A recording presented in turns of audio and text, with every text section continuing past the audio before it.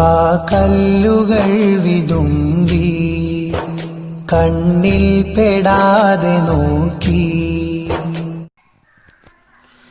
أعوذ بالله من الشيطان الرجيم. بسم الله الرحمن الرحيم. ومن حيث خرجت فول وجهك شطر المسجد الحرام. اور آپ جہاں کہیں سے بھی اپنے سفر کی ابتدا کریں، سفر کے لیے باہر نکلیں، فول وجهك شطر المسجد الحرام، تو آپ اپنے رخ کو مسجد حرام کی جانب پھیر لیا کریں. وَإِنَّهُ لَلْحَقُّ مِنْ رَبِّكَ، اور یہی حکم برحق ہے آپ کے پروردگار کی جانب سے.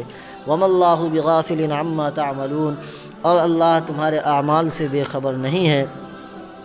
وَمِنْ حَيْثُ خَرَجْتَ فَوَلِّ وَجْهَكَ شَطْرَ الْمَسْجِدِ الْحَرَامِ، اور آپ جہاں کہیں سے بھی اپنے سفر کی ابتدا کریں، سفر کے لیے باہر نکلا کریں، فَوَلِّ وَجْهَكَ شَطْرَ الْمَسْجِدِ الْحَرَامِ، تو آپ اپنے رخ کو مسجد حرام کی جانب پھیر لیا کریں. وَحَيْثُ مَا كُنْتُمْ، اور تم جہاں کہیں بھی رہو، فَوَلُّوا وُجُوهَكُمْ شَطْرَهُ لِأَلَّا يَكُونَ لِلنَّاسِ عَلَيْكُمْ حُجَّةٌ، تو تم اپنے رخ کو مسجد حرام ہی کی جانب کیا کرو تاکہ تمہارے خلاف لوگوں کو کوئی دلیل اور حجت نہ ملے کہ پھر وہ غالب آ جائیں. إِلَّا الَّذِينَ ظَلَمُوا مِنْهُمْ، سوائے ان لوگوں کے جنہوں نے ظلم کیا ان میں سے. فَلَا تَخْشَوْهُمْ، آپ ان سے نہ ڈریں. وَاخْشَوْنِي، اور مجھی سے ڈریں.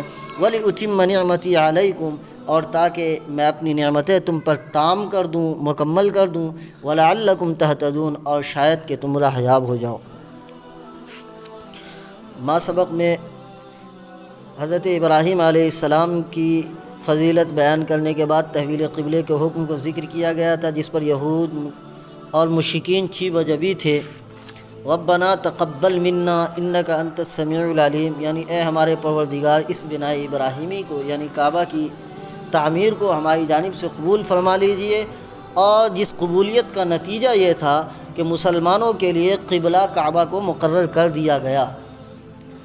چونکہ اس سے پیشتر قد نرى تقلب وجهك في السماء، کہ ہم آپ کے چہرے کو آسمان کی طرف بار بار اٹھتا دیکھ رہے ہیں، اس میں تحویل قبلہ کا حکم بیان کر دیا گیا کہ اولاً مسلمان بیت المقدس یعنی یہودیوں کا جو قبلہ تھا اس طرف رخ کیا کرتے تھے. پھر نبی کریم صلی اللہ علیہ وسلم کی خواہش تھی، اور چونکہ یہ خواہش ان کے نورانی دل میں ان کے نورانیت کی بنیاد پر ڈال دی گئی تھی، تو اس وجہ سے نبی کریم صلی اللہ علیہ وسلم کی بھی یہ خواہش رہا کرتی تھی کہ ہم مسجد حرام یعنی کعبہ کی طرف رخ کیا کریں بجائے بیت المقدس کے.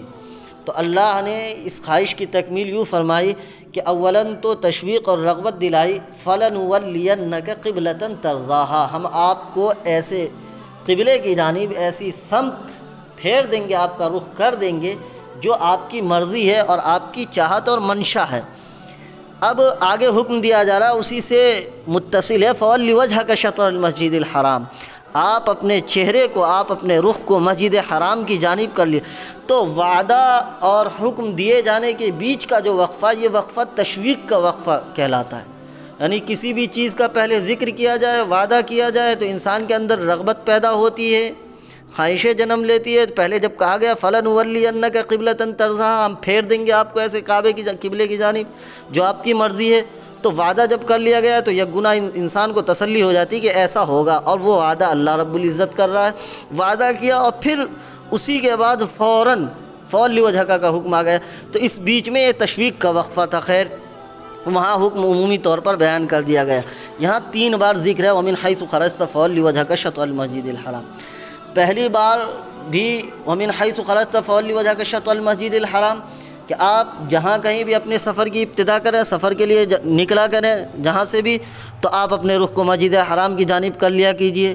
دوسری بار بھی وَمِنْ حَيْثُ خَرَجْتَ فَوَلِّ، آپ جہاں کہیں سے بھی اپنے سفر کی ابتدا کرنا چاہیں تو آپ اپنے رخ کو مسجد حرام کی جانب. تو سفر کے حکم کو 2 بار ذکر کیا گیا، وہ اس وجہ سے کہ غیر مقصود کا شائبہ اور وہم ہو سکتا تھا. آدمی یہ سمجھ سکتا تھا کہ منزل کا حکم الگ ہے اور راستے کا حکم الگ ہے، دونوں کے حکم میں یکسانیت نہیں ہے. تو سفر کے حکم کو 2 بار ذکر کیا گیا تاکہ وضاحت کے ساتھ یہ بات سمجھ میں آ جائے کہ منزل اور راستے کا حکم جدا گانا اور الگ الگ مختلف نہیں ہے، بلکہ یکساں ہی ہے.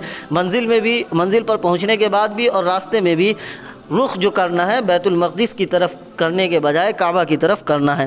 پھر عمومی طور پر ذکر کیا گیا وَحَيْثُ مَا كُنْتُمْ فَوَلُّوا وُجُوهَكُمْ شَطْرَهُ، اور آپ جہاں کہیں بھی ہو، تم جہاں کہیں بھی رہو، ہر حالت میں اپنے رخ کو مسجد حرام کی جانب ہی کرنا ہے۔ اس کی کئی ایک حکمتیں ما قبل میں بھی ذکر کی گئی۔ ایک حکمت یہاں ذکر کی گئی لِأَلَّا يَكُونَ لِلنَّاسِ عَلَيْكُمْ حُجَّةٌ، ہر حالت کا حکم یکساں اس وجہ سے رکھا گیا تاکہ تمہارے خلاف لوگوں کو کوئی دلیل اور حجت نہ ملے جس کے ذریعے وہ غالب آ جائیں۔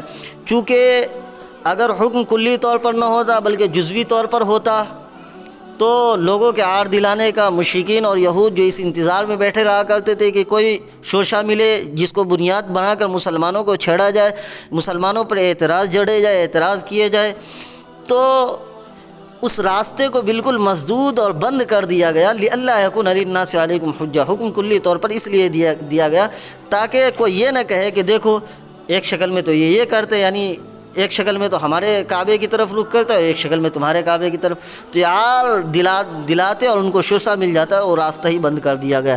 نہ رہے گی بانس نہ بجے گی بانسری، ہر حالت میں یکساں حکم ہے کہ بنائے ابراہیمی کی طرف رخ کیجئے، یعنی کعبہ کی طرف۔ لِأَلَّا يَكُونَ لِلنَّاسِ عَلَيْكُمْ حُجَّةٌ إِلَّا الَّذِينَ ظَلَمُوا مِنْهُمْ، سوائے ان لوگوں کے جنہوں نے ظلم کیا ان میں سے، یعنی کچھ لوگ ایسے ہوں گے جو لوگ بنائے ابراہیمی کی طرف رخ کرنے کے باوجود آپ پر اعتراض کریں گے، کجی تلاش کریں گے، چونکہ ان کی فطرت اور خمیر میں اعتراض ہے، اناد کی بنیاد پر وہ اعتراض کرتے ہیں، تو حکم جون سا بھی آئے گا، جس طرح کا حکم اللہ رب العزت دیں گے اس پر ان کو چی بجبی ہونا ضروری ہے، وہ اعتراض ضرور کریں گے، اس لیے ان کا استثناء کر دیا گیا إِلَّا الَّذِينَ ظَلَمُوا مِنْهُمْ فَلَا تَخْشَوْهُمْ، تو اے مسلمانوں تم ان سے نہ ڈرو، وَاخْشَوْنِی، اور مجھے سے ڈرو، یعنی لومۃ لائم کی پرواہ نہیں کرنی، اس بات کی فکر نہیں کرنی کہ ہم جس شریعت پر عمل کر رہے ہیں تو اس شریعت پر عمل کرنے کی وجہ سے کون کون راضی ہے، کون کون ناراض ہے، یا کون لوگ چی بجبی ہیں، کون لوگ معترض بنے بیٹھے ہیں، اور کون لوگ کجی تلاش کرتے ہیں، ان ساری چیزوں کے چکر میں نہیں پڑتا۔ وَاخْشَوْنِی، اور مجھے سے ڈرو، اور یہ صحیح بات ہے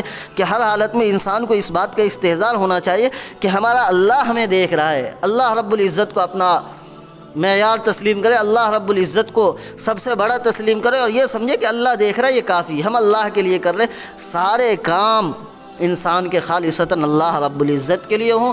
اللہ رب العزت کی رضا کے لیے جب انسان کام کرتا ہے تو یہی اس کی فوز و فلاح اور نجات کا باعث بنتا ہے۔ فلا تخشوہم، تم ان سے نہ ڈرو، لومۃ لائم کی پرواہ نہ کرو، واخشونی، مجھے سے ڈرو۔ انسان پوری زندگی یہ سوچتا سمجھتا رہ جاتا کہ ہم یہ کام کریں گے تو لوگ کیا کہیں گے، لوگ کیا کہیں گے، لوگ کچھ بھی نہیں کہتے، مرنے کے بعد انا للہ و انا الیہ راجعون پڑھتے اور افسوس کرتے اور بس، اس کے علاوہ اور کچھ نہیں کرتے۔ اور ایک انسان بہت سارے کار خیر سے صرف اس وجہ سے چوک جاتا ہے یا رک جاتا ہے کہ لوگ دیکھ رہے ہیں، لوگ دیکھتے ہیں، دیکھتے رہتے ہیں، اور مرتے دم تک آپ کو دیکھتے رہتے اور کچھ نہیں کہتے، جس چکر میں آپ بہت سارے کار خیر سے رک جاتے۔ ان چکروں کو چھوڑ دینا چاہیے، ان چیزوں کے پیچھے نہیں پڑنا چاہیے۔ فلا تخشوہم، ان سے نہ ڈرو، واخشونی، مجھے سے ڈرو، ولیتم نعمتی علیکم، اور تاکہ میں اپنی نعمتیں تم پر تام کر دوں، مکمل کر دوں۔ یعنی چونکہ یہ حضرت ابراہیم علیہ السلام نے دعا کی تھی، ان کی دعا کا پہلا جز یہ تھا ربنا تقبل منا، اے ہمارے پروردگار اس بنائے ابراہیمی کو، یعنی کعبہ جو ہم نے بنایا، اس کو ہماری جانب سے قبول کر لیجئے۔ اور قبولیت ہی کا ثمرہ اور نتیجہ تھا کہ مسلمانوں کو بجائے بیت المقدس کے کعبہ کی طرف رخ کرنے کو کہا گیا۔ وَلَعَلَّكُمْ تَهْتَدُونَ، اور ان سارے اعمال کی، یعنی جو حکم دیا گیا ان کی تم پیروی کرو گے، لَعَلَّكُمْ تَهْتَدُونَ، شاید کہ تم راہیاب ہو جاؤ۔ یہ لعل امید بڑے آدمی کی طرف سے دلایا جائے تو یہ یک گنا وعدہ کا اس میں شائبہ ہوتا ہے، تو یہ وعدے پر ہی مبنی ہے کہ اگر عمل کرو گے تو تم راہیاب بھی ہو جاؤ گے۔ بقیہ دوسرا جز دعا کا، حضرت ابراہیم علیہ السلام کا دوسرا جز جو ہے کہ ربنا وبعث فیہم، اے بار الہ ان کے درمیان ایک رسول انہی میں سے بھیج دیے، وہ کما ارسلنا کے تحت ذکر کیا جائے گا۔ سبحان اللہ وبحمدہ، سبحانک اللہم وبحمدک، ونشہد ان لا الہ الا انت، ونستغفرک ونتوب الیک۔ سبحان ربک رب العزۃ عما یصفون، وسلام علی المرسلین۔